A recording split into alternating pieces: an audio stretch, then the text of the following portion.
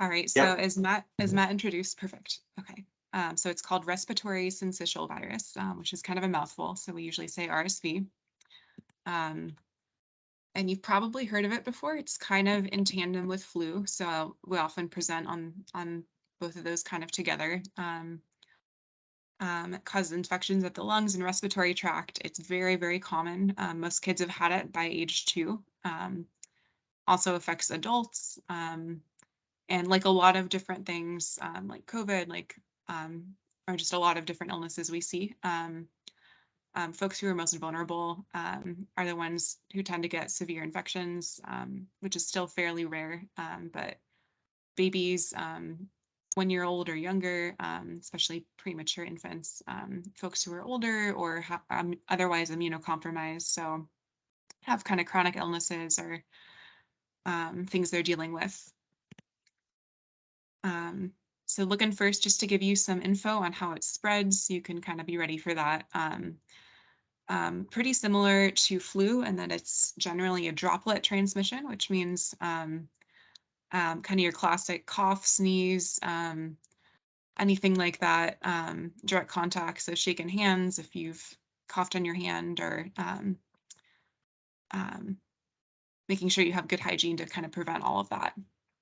Um,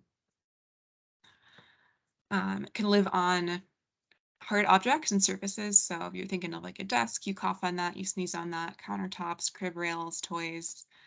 Um, so cleaning, very important for sure. I'll go over that in a second. But um, in terms of the contagious period, we see generally it'll be in the first week or so of someone being infected, they'll be most contagious. And again, for folks who are more vulnerable, like infants, immunocompromised people, as we see with a lot of different illnesses, it can take longer for the shedding or the being infectious to stop for them. So being really careful again with hygiene, really important. Looks like for up to 4 weeks. And we see that folks, if they're infected and they get sick, the incubation period, which is kind of where we look at when they're first exposed to when they develop symptoms, is generally 4 to 6 days. So kind of be monitoring for that period if you know you have an exposure or reporting a potential outbreak, things like that. Um, so like I said before, it is fairly common. Most kids have been infected by age 2. Some can get it more than once. We see more occurrences and more spread in childcare centers, and or if a young child doesn't attend school or childcare but has older siblings who do, it just goes around. We see that generally fall, winter, just like your classic flu season. So yeah, fall to the end of spring. And there are, like I said before, there are folks who are more vulnerable. We do see more severe outcomes, mainly in older adults. Um, but just kind of being monitoring for um, if you know someone is immunocompromised or you have a classroom with someone who is, and you get a case of RSV in there, can be good to reach out to us and just have that communication, be ready, just be monitoring for those symptoms. And again, this is a list of folks who have conditions that might make them more vulnerable. So weakened immune systems, if someone has cancer or is on treatment like chemo, neuromuscular disorders like muscular dystrophy, adults with heart disease or lung disease, or folks over age 65, um, infants, especially ones who are premature or under 6 months, or children who have heart disease or chronic lung disease. And again, it's a respiratory illness, so all of that just kind of factors in. So signs and symptoms to look for. Again, I said it generally appears 4 to 6 days after you've been exposed. It's usually fairly mild, pretty cold-like, your classic congested or runny nose, dry cough, low-grade fever, sore throat, sneezing, headache. Generally only lasts a week. Might be a little bit longer if someone is more vulnerable.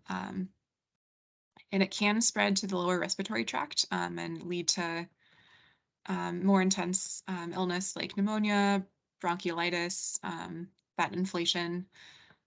So signs that that would be occurring would be fever, severe cough, wheezing, so kind of hard to get that breath out.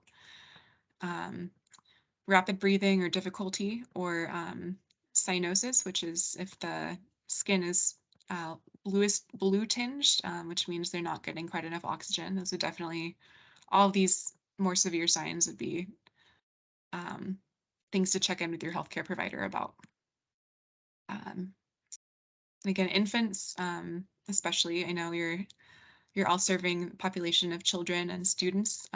So if anyone maybe has young siblings at home, these would be the symptoms specifically in infants if they had severe illness, which again is very, very rare, but it does happen. So just to watch for it. So short, shallow, and rapid breathing. Again, having trouble to breathe, coughing and not feeding well, lethargy or more tired than normal, or irritability. Um, Again, most folks recover in 1 to 2 weeks. Wheezing might keep going. But folks with chronic heart or lung issues, again, are more vulnerable. So it's those are the folks that we tend to see when there are severe cases. All right, just a fun little infographic for you on RSV. We're looking at it in babies, for example. So it's caused by the respiratory syncytial virus. You can see that sore throat, wheezing, bluish color of the skin, fever, runny nose, dry cough, all those respiratory symptoms.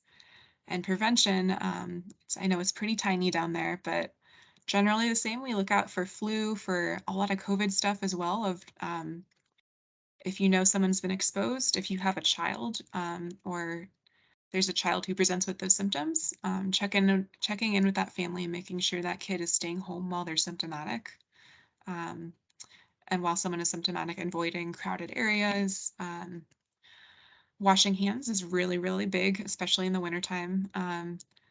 Generally keeping clean, cleaning surfaces. I know most schools will do cleanings of classrooms every night, so that's a great one.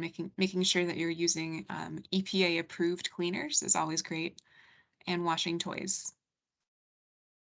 There is treatment if it should get to that point. Just some info on for babies and young children. Hopefully you wouldn't need to do this, but fluids in small amounts, the bulb syringe and saline drops to get those sticky nasal fluids out of the way. Cool mist vaporizer can be helpful for breathing.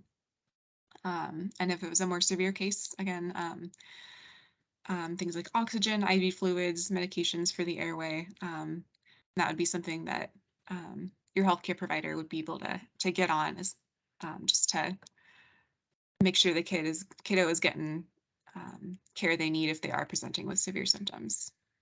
There are some prevention, like I'm gonna butcher this name, but palivizumab.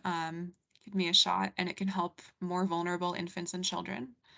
But I don't believe at this time it is um, like a common flu shot. It's not something we're just saying we give out all the time. And I can definitely follow up with more information on that if folks are interested. And there's some basic info of how to reach us. That's our main number. I can drop it in the chat as well. I can also give you our email address, which is, I'll put that in the chat when I stop presenting, but it's just EPI or epi@pima.gov. And you'll reach a main line, and then we'll be able to get back to you if you have concerns about a case in the school, preventing transmission, potential outbreak. Just want to be proactive on that. We really appreciate that. And just to give a little bit of background, I'm gonna, let me see here, exit out of this guy really quick. Okay, there we go. And present a real quick, just send it to Candy, but just to stop sharing for just a second here to get into my email. Just a real quick overview of what we've seen so far this season, so y'all can get a look at that. I know everyone's been hearing headlines. We are seeing an earlier flu season this year. Last year it was pretty late. We didn't see much happen and kick in until around Thanksgiving. Um, all right,